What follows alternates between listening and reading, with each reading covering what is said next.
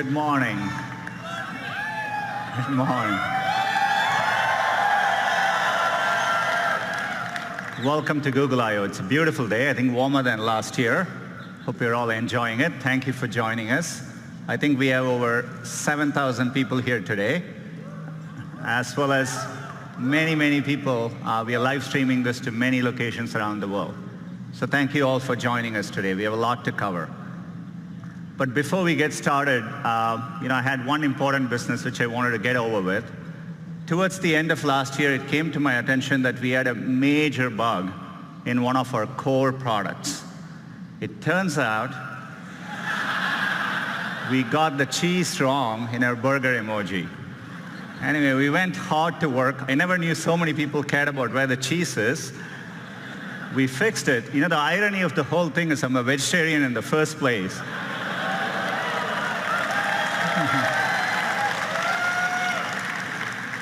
So we fixed it, but hopefully we got the cheese right. But as we were working on this came to my attention. I don't even want to tell you the explanation the team gave me as to why the foam is floating above the beer. But we restored the natural laws of physics.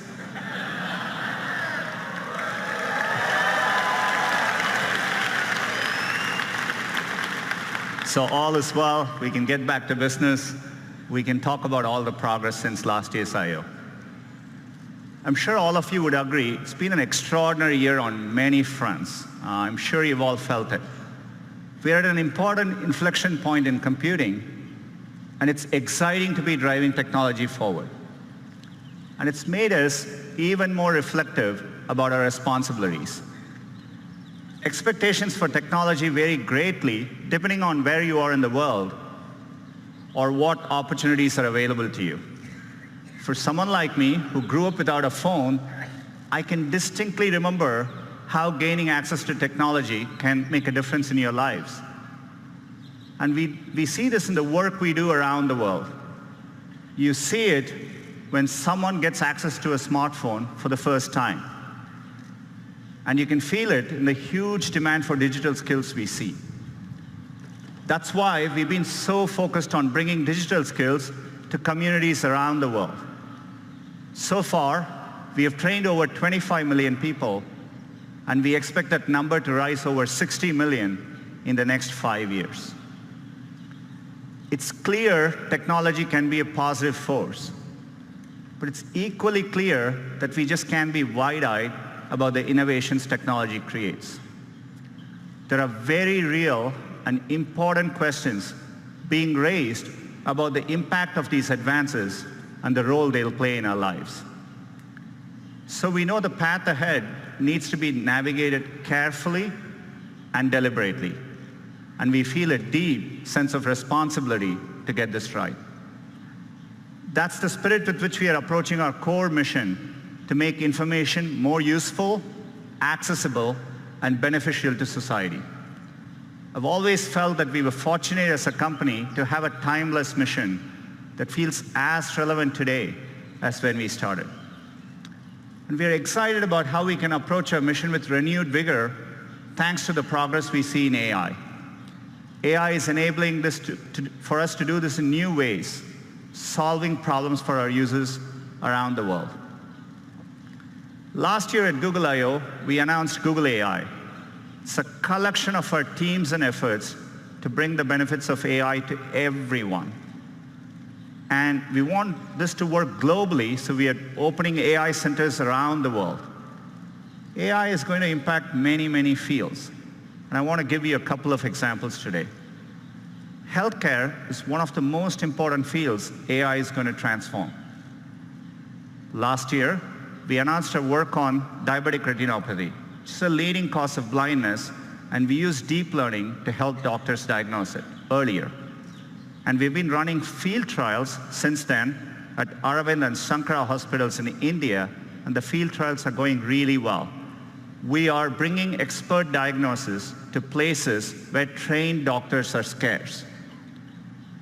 It turned out, using the same retinal scans, there were things which humans quite didn't know to look for, but our AI systems offered more insights. Your same eye scan turns out holds information with which we can predict the 5-year risk of you having an adverse cardiovascular event, heart attack or strokes. So to me, the interesting thing is that more than what doctors could find in these eye scans, the machine learning systems offered newer insights. This could be the basis for a new non-invasive way to detect cardiovascular risk. And we just published the research, and we are going to be working to bring this to field trials with our partners. Another area where AI can help is to actually help doctors predict medical events.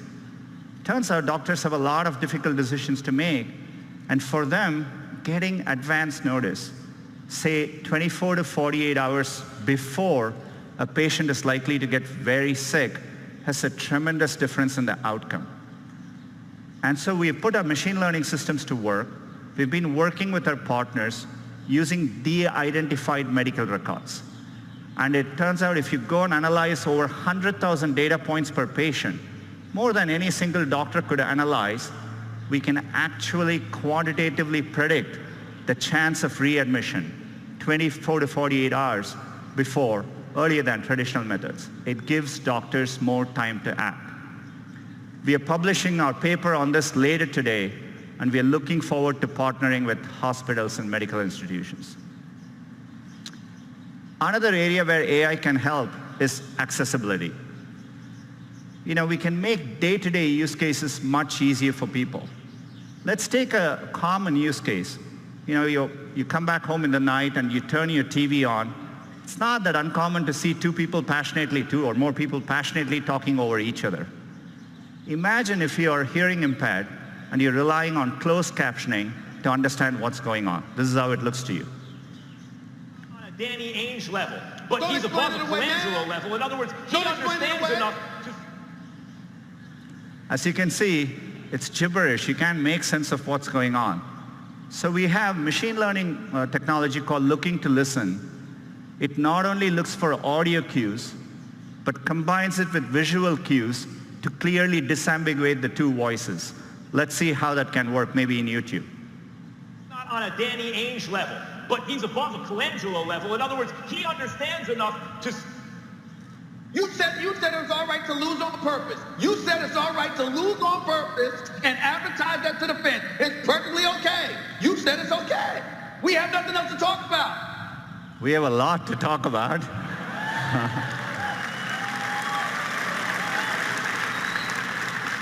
But you can see how we can put technology to work to make an important day-to-day use case profoundly better. The great thing about technology is it's constantly evolving.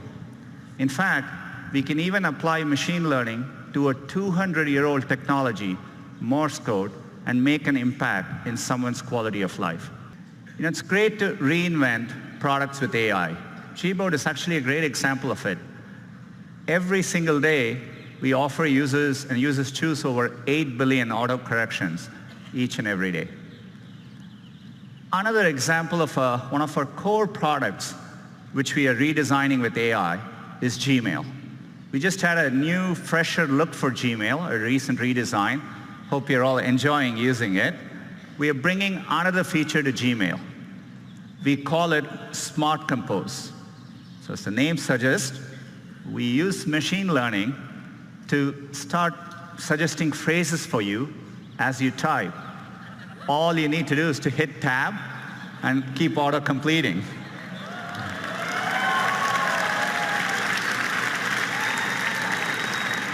In this case, it understands the subject is Taco Tuesday. It suggests chips, salsa, guacamole.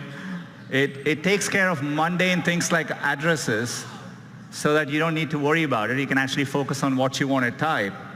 I've been loving using it. I've been sending a lot more emails to the company, not sure what the company thinks of it. But it's been great. We are rolling out Smart Compose to all our users this month and hope you enjoy using it as well.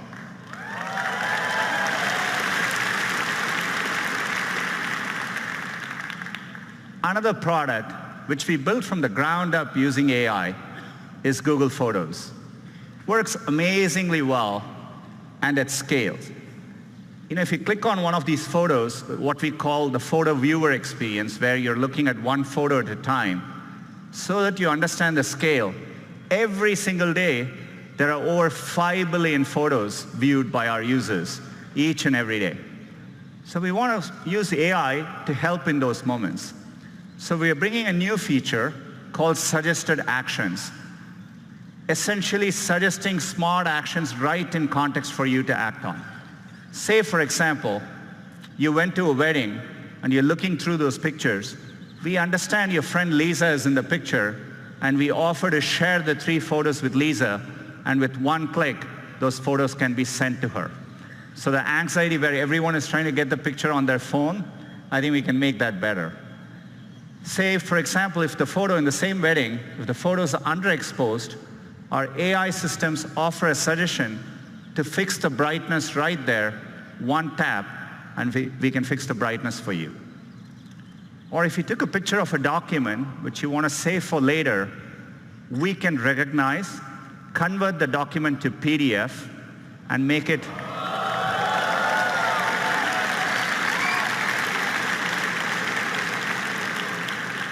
much easier for you to use later. We want to make all these simple cases delightful. By the way, AI can also deliver unexpected moments. So for example, if you have this cute picture of your kid, we can make it better. We can drop the background color, pop the color, and make the kid even cuter. Or if you happen to have a very special memory, something in black and white, maybe of your mother and grandmother, we can recreate that moment in color and make that moment even more real and special.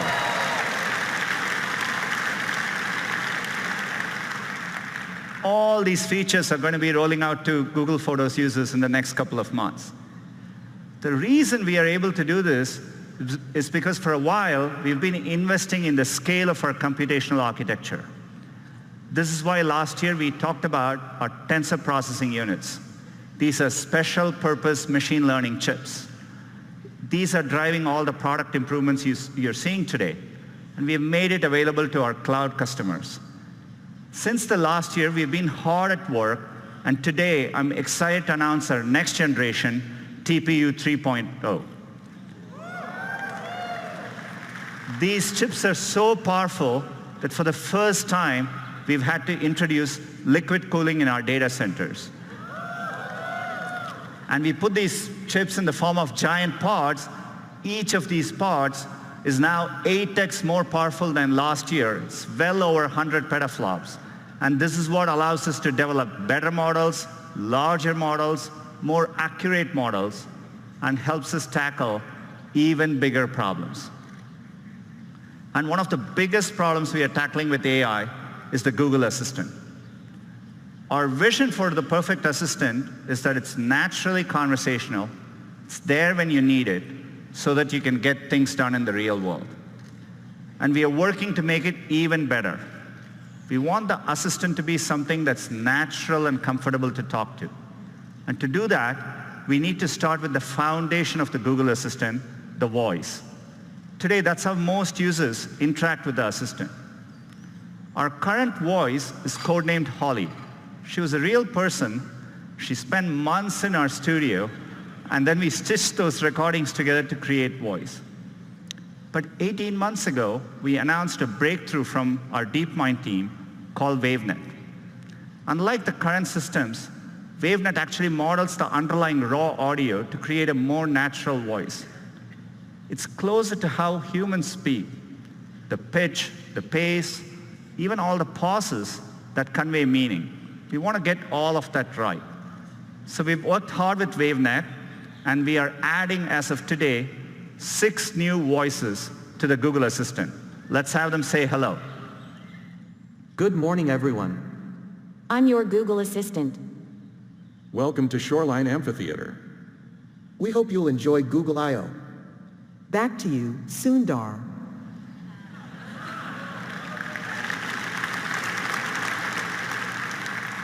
Our goal is one day to get the right accents, languages, and dialects right globally. WaveNet can make this much easier.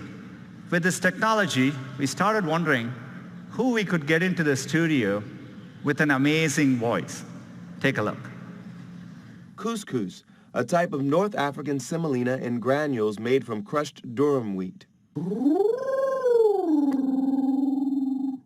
I want a puppy with sweet eyes and a fluffy tail who likes my haikus.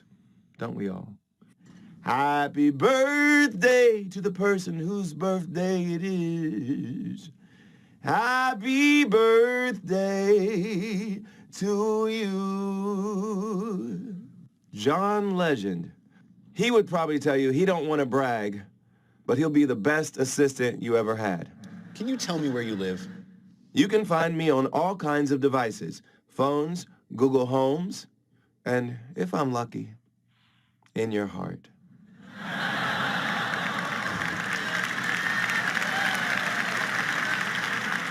That's right, John Legend's voice is coming to the assistant.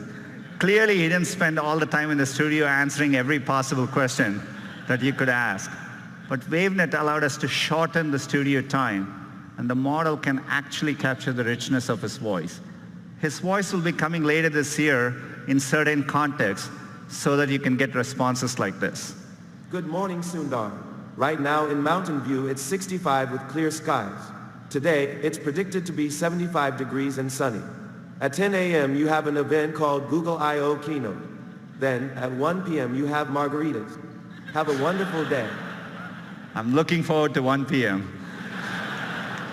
So John's voice is coming later this year. I'm really excited we can drive advances like this with AI. We are doing a lot more with the Google Assistant. And to talk to you a little bit more about it, let me invite Scott onto the stage.